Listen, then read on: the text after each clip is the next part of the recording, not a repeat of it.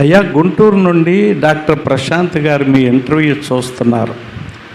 Pastor అమ్మ గారు తమ్ముడు ఆయన ఒక డౌట్ వచ్చి వేశారు, ఇప్పుడే పంపారు. మరణకరమైన పాపాలంటే ఏంటి, కాని పాపాలు ఏమిటి? రోమీలు 6:23 చదువుతాను. 6:23 దాని అంతము 23. ఏలయనగా పాపం వలన వచ్చు జీతము మరణము, అయితే దేవుని కృపావరము మన ప్రభు అయిన యేసునందు నిత్య జీవం.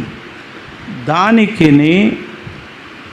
1 యోహాను పత్రికలో ప్రభు 5:16 చెప్పిన దానికి, అంటే మరణకరము కాని పాపాలు.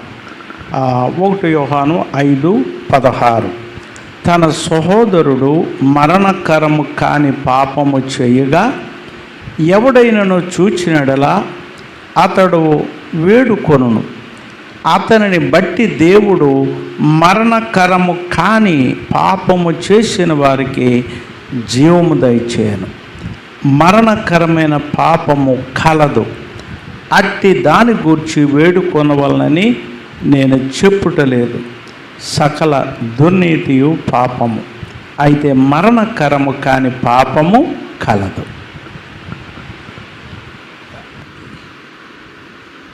1 యోహాను 5ను మనం సందర్భానుసారంగా అర్థం చేసుకోవాలి. 1 యోహాను అంతా కూడా ఎందుకు రాస్తున్నారు అనంటే, గ్నాస్టిసిజం అంటే జ్ఞేయతావాదము, భౌతికమైనదంతా పాపమని, భౌతికమైనదంతా కూడా పాపము కనుక నరకంలో వేయబడుతుందని, కాలిపోతుందని, ఆ ఆత్మ మాత్రమే, అనగా భౌతిక శరీరము లోపల ఉండేటటువంటి ఆత్మ మాత్రమే నిత్యమని, అది మాత్రమే దేవుని వద్దకు వెళుతుందని, దేవుడు ఈ భౌతిక శరీరంలోనికి రాడని, వారి మధ్యలో రాడని చెప్పేటటువంటి ఒక వాదన. ఆ వాదనను నియో ప్లెటోనిజం అని పిలుస్తారు. అంటే ప్లెటో చెప్పినటువంటి తత్వశాస్త్రానికి అదొక మోడర్న్ వర్షన్.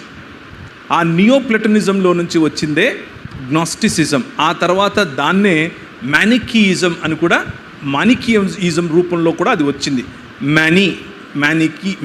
మ్యానీ అనే ఆయన ప్రతిపాదించినటువంటి సూత్రాలు. వీటికి 1వ శతాబ్దంలోనే, క్రీస్తు ఉన్న సమయంలోనే, పౌలు ప్రకటిస్తున్న సమయంలోనే ప్లూటార్క్ అనేటటువంటి ఒక తత్వవేత్త మరియు పొలిటికల్ అనలిస్టు ఆ రోజుల్లో పెద్ద పెద్ద వ్యాసాలు, పెద్ద పెద్ద ప్రసంగాలు చేసేవారు. యోహాను వాటిని ఖండిస్తూ ఇది రాస్తున్నాడు. ఇది సందర్భం. ఈ సందర్భంలో ఇప్పుడు చదివితే మీకు అర్థమైపోతుంది చాలా క్లియర్గా. సందర్భం అనేది చాలా important. Historical context is very very critical and crucial, important. అందుకని ఆయన 1వ అధ్యాయంలోనే ఎవరినైతే మేము తాకామో, ఎవరినైతే కళ్ళారా చూశామో, ఎవరినైతే స్పర్శించామో, ఎవరి మాటలైతే మేము విన్నామో అని భౌతికతను గుర్తు చేస్తూ, ఆయన కృపాసత్య సంపూర్ణుడై మన మధ్యకు వచ్చినటువంటి ఆ వాక్యము, ఇప్పుడు ఆ వాక్యము యొక్క ఆయనతో సహవాసం ఉందని చెప్పుకుంటూ, మన జీవితం సరిగ్గా లేకపోతే మనం వెలుగులో నడిచిన వాళ్ళం కాదు అంటూ చెప్తూ వస్తున్నాడు.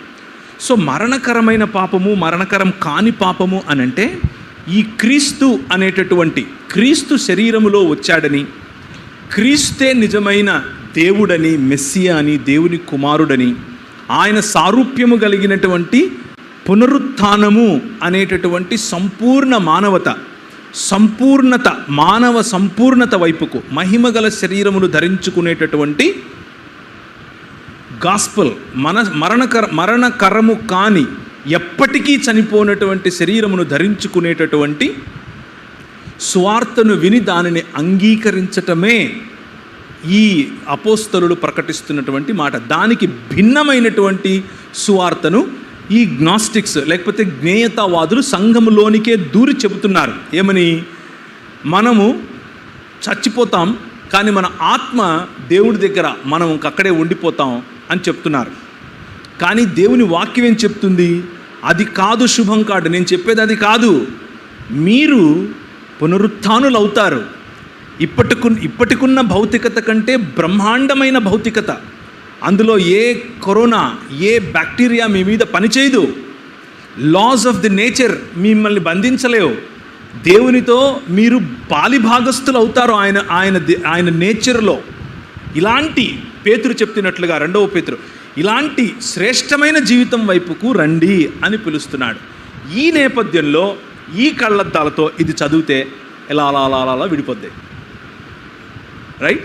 సో క్రీస్తు ప్రకటిస్తున్నటువంటి సువార్తను, ఆయన సారూప్యతలోనికి ఎదగటాన్ని పరిశుద్ధాత్ముడిచ్చినటువంటి వరం, రోమీయులకు రాసిన పత్రిక మీరు చదివినట్లుగా కృప అనేటటువంటి వరం, దాన్ని తిరస్కరించటమే మరణకరమైన పాపం.